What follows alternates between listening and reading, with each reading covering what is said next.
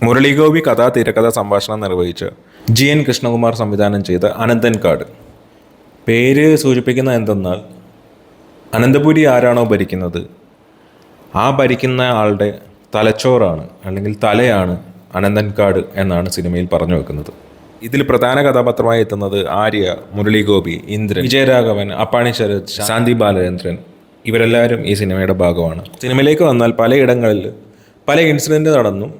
അവിടെ നിന്നും പലരും പല രീതിയിൽ അവസാനം ഒരു മെയിൻ ലക്ഷ്യം നിറവേറ്റാൻ വേണ്ടി പോകുന്നതുമാണ് സിനിമയിൽ കാണിക്കുന്നത്. എന്നാൽ സിനിമ എനിക്കത്ര വർക്കൗട്ടായില്ല. ഒന്നും തോന്നാതെ, പ്രത്യേകിച്ചൊരു വികാരവും തോന്നാത്ത, പ്രത്യേകിച്ച് ഒന്നുമേ തോന്നാത്തൊരു സിനിമ. അതിനിയും എൻ്റെ പ്രശ്നമാണോ എന്ന് എനിക്കറിയില്ല. സീരിയസ്ലി ഒരു വികാരവും തോന്നിയില്ല പടം കണ്ടുകൊണ്ടിരുന്നിട്ട്. മേക്കിങ്ങിലേക്ക് വന്നു കഴിഞ്ഞാൽ വളരെ പോരായ്മ എനിക്ക് തോന്നി. വിഷ്വലി ഒരു അപ്പീലും എനിക്ക് തോന്നിയില്ല.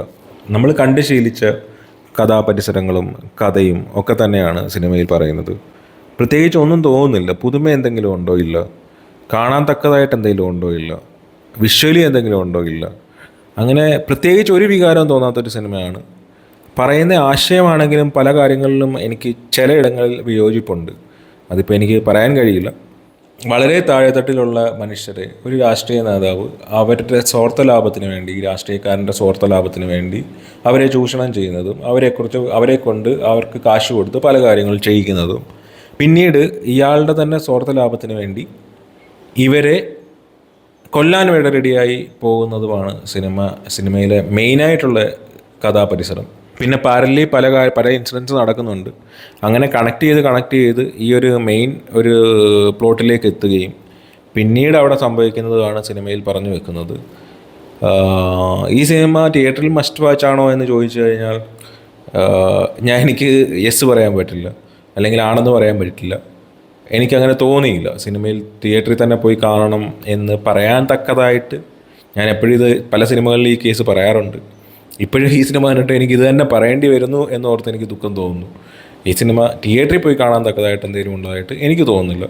നിങ്ങൾക്കിനി ട്രെയിലർ കണ്ടിട്ടും സിനിമയുടെ പ്രൊമോഷൻസ് കണ്ടിട്ടും കാണാൻ താല്പര്യമുണ്ടെങ്കിൽ പോയി കാണാം. ഒരു ആവറേജ് സിനിമ, അത്ര താഴെ കെട്ടി പറയാൻ തക്കതായിട്ടല്ല. ബട്ട് കണ്ട് ശീലിച്ച കാര്യങ്ങൾ തന്നെ, പഴയ കാര്യങ്ങൾ തന്നെ, വലുതായിട്ട് ഒന്നും പുതിയതായിട്ടൊന്നും പറഞ്ഞു വെക്കാതെ, ടെക്നിക്കലി ആണെങ്കിലും അത്ര ക്വാളിറ്റി ഒരു വിഷ്വൽ അപ്പീൽ തോന്നിയില്ല പടം കണ്ടിട്ട്. സോ ഇതാണ് എൻ്റെ അഭിപ്രായം ഈ സിനിമയെ പറ്റി. താല്പര്യമുള്ളവർക്ക് സിനിമ പോയി കാണാം. ഇനി സിനിമ കണ്ടവരുണ്ടെങ്കിൽ കമൻറ്റ് രേഖപ്പെടുത്തുക. കാണാത്തവരുണ്ടെങ്കിൽ ഇനി കാണുമ്പോൾ കണ്ടിട്ട് നിങ്ങൾക്ക് എൻ്റെ അഭിപ്രായമായിട്ട് യോജിച്ചു പോകുന്നു എന്ന് തോന്നിയാൽ ഫോളോ ചെയ്ത് സപ്പോർട്ട് ചെയ്യുക. അപ്പോൾ ഓക്കെ, ബൈ, താങ്ക് യു.